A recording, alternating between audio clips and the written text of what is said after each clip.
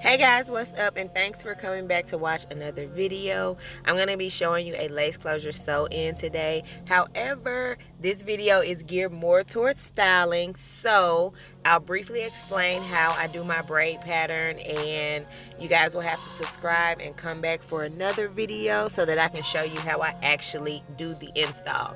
But again, this is more about the styling, so really quickly, I'm just braiding her hair down and leaving the two anchor braids at the front loose so that I can stitch those at the end.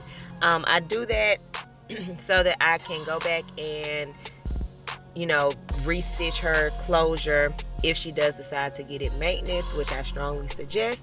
So that's the purpose for that.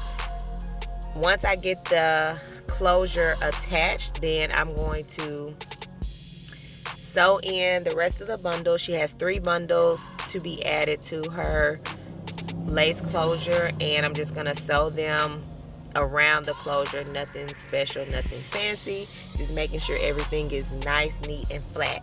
So I'm just gonna show you guys really quick how I customize this frontal, or I would say style it. It's pretty much been customized as far as the plucking.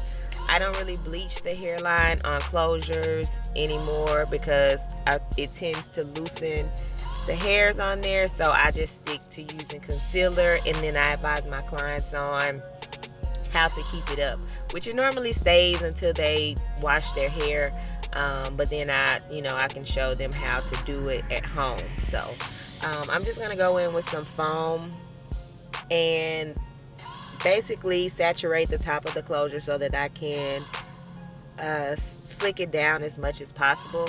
Then I'm gonna wrap her up like a little mummy and sit her under the dryer for about 10 minutes to let everything get nice and flat, and then I'll come back and show you guys how I apply just a little bit of concealer.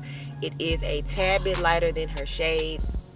If you need to mix colors to get the perfect shade, then do that. Always stand back and look at your work to make sure that from afar it looks good and up close. So I'll let you guys enjoy the rest of the video. If you have any questions, you can drop them below and I'll try to get back to you. And make sure you guys subscribe for newer videos. Thanks again for watching, and I'll see you guys in the next one.